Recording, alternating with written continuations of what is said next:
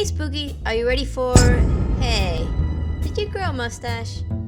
Yes, I did. In 4 hours? I hit a growth spurt. Yes, I finally hit puberty. As a ghost. Hey, is this a book review or an interrogation? Alright, relax. So, are you ready for Valentine's Day? Of course. Your gift is on its way. I ordered it on Jungle. You mean Amazon. Ah, crap, is that what it's called in this dimension? I mean, yes, I ordered it on Amazon. Amazon. Sure, whatever.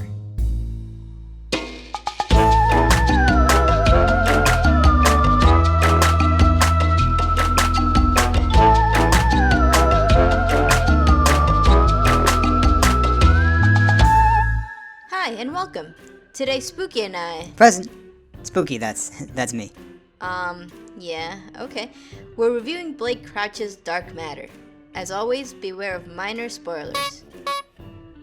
So let's get started. Dark Matter is a sci-fi thriller set in present-day Chicago. It follows Jason Dezen, a brilliant physicist who at one time was on the edge of a major scientific breakthrough, but due to personal circumstances, chose to focus on his family instead. When we first meet him, he is happily married, has a teenage son, and leads a modestly successful career as a college professor. One night, while walking home, Jason is abducted by a mysterious masked man and injected with a drug. When he awakes, he is in a world where he has never been married and doesn't have a son, but has achieved an incredible scientific discovery. Which is clearly a total work of fiction. I mean, that could obviously never happen in real life, right? Those crazy sci-fi authors. Well, yeah, of course. Hey, Spooky, you feeling alright? Of course I'm the real Spooky, why wouldn't I be? Okay. Well, anyway, Dark Matter poses a question, are you happy with your life? And explores the what-ifs of choices we make. So, what do you think, Spooky? You know, this might sound surprising, but I actually thought I really sympathized with the antagonist in this story. Really? Yeah, you know, once you got to see his perspective on things, you really were able to understand.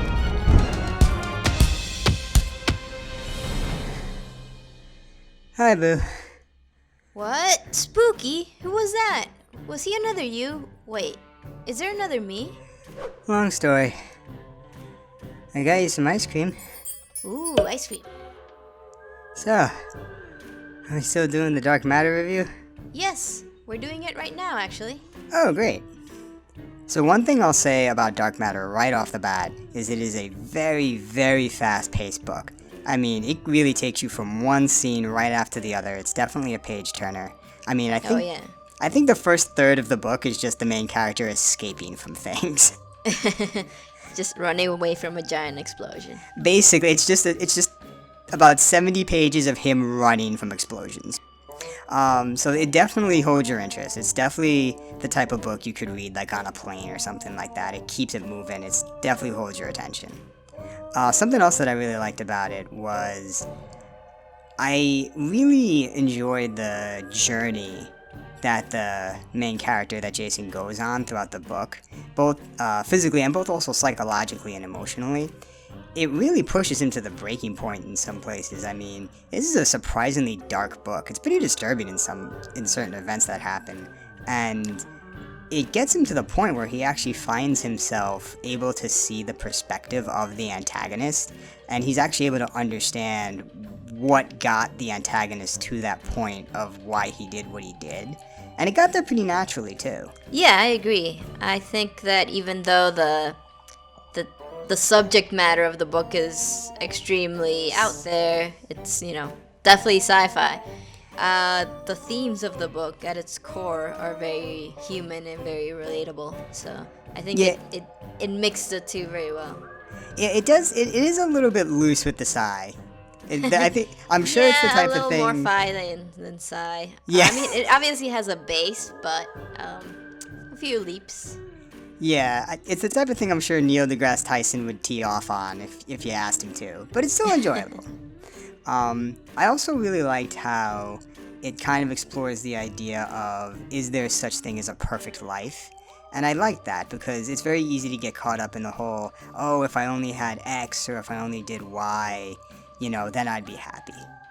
Yeah, like, everyone thinks about that, if you had chosen a different path, would you be better off? But it's one of those things like everything's a trade-off at the end, so there Exactly. really isn't a perfect path or the perfect life. Yeah, like or nothing's ever afterlife. exactly. Yeah, like nothing's ever gonna be perfect, and if you keep searching for that, you're always gonna see the grass is greener on the other side. Whereas this book says, like, it's never gonna be perfect. Yeah, so no, I agree. I really like the message, and I like the main character was very likable, and yeah, definitely a great page turner. Okay, and what were some things that we didn't like? Well, for me, I think one of the things I wish had been done a little differently was the pacing. I mean, this is a thriller and obviously a page turner, but at times I thought it was going a little too fast. It was basically the equivalent of a car kind of racing down a windy mountain road, and you're kind of just holding on to your seat, hoping not to crash. Yeah, there were definitely a couple parts of the book where you really were just holding on to the story for dear life. I mean, hey, I understand it's a thriller and it's keeping the action moving, but, you would blink and suddenly you were on another continent. Like, it was really moving. Yeah, in particular, I think I wish they had fleshed out some of the minor characters a little more. I agree. Especially Daniela, which is Jason's wife. I think fleshing her out would have definitely helped us understand Jason's motivation to want to get back home. Yeah, I kind of wish the author had done a little more with that. You do see her perspective a few times in the book, but she's such a big part of the story and such a big part of his motivation. I kind of wish you had seen a little bit more of her perspective. Yeah. Another small thing I believe would have improved the book was that the writing seemed a little uneven at times. I agree. Yeah, there were definitely a few parts, and there were some parts that were beautiful. There were some parts that were really, really well written. And then I think there was one point where it literally said, and I felt like it was raining on my soul.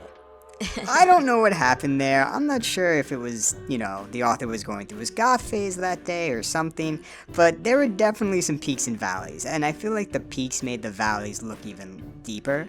Yeah, it's definitely a book where you have these great moments of writing, and then it gets a little too emotional. It got a little melodramatic at certain points, yeah.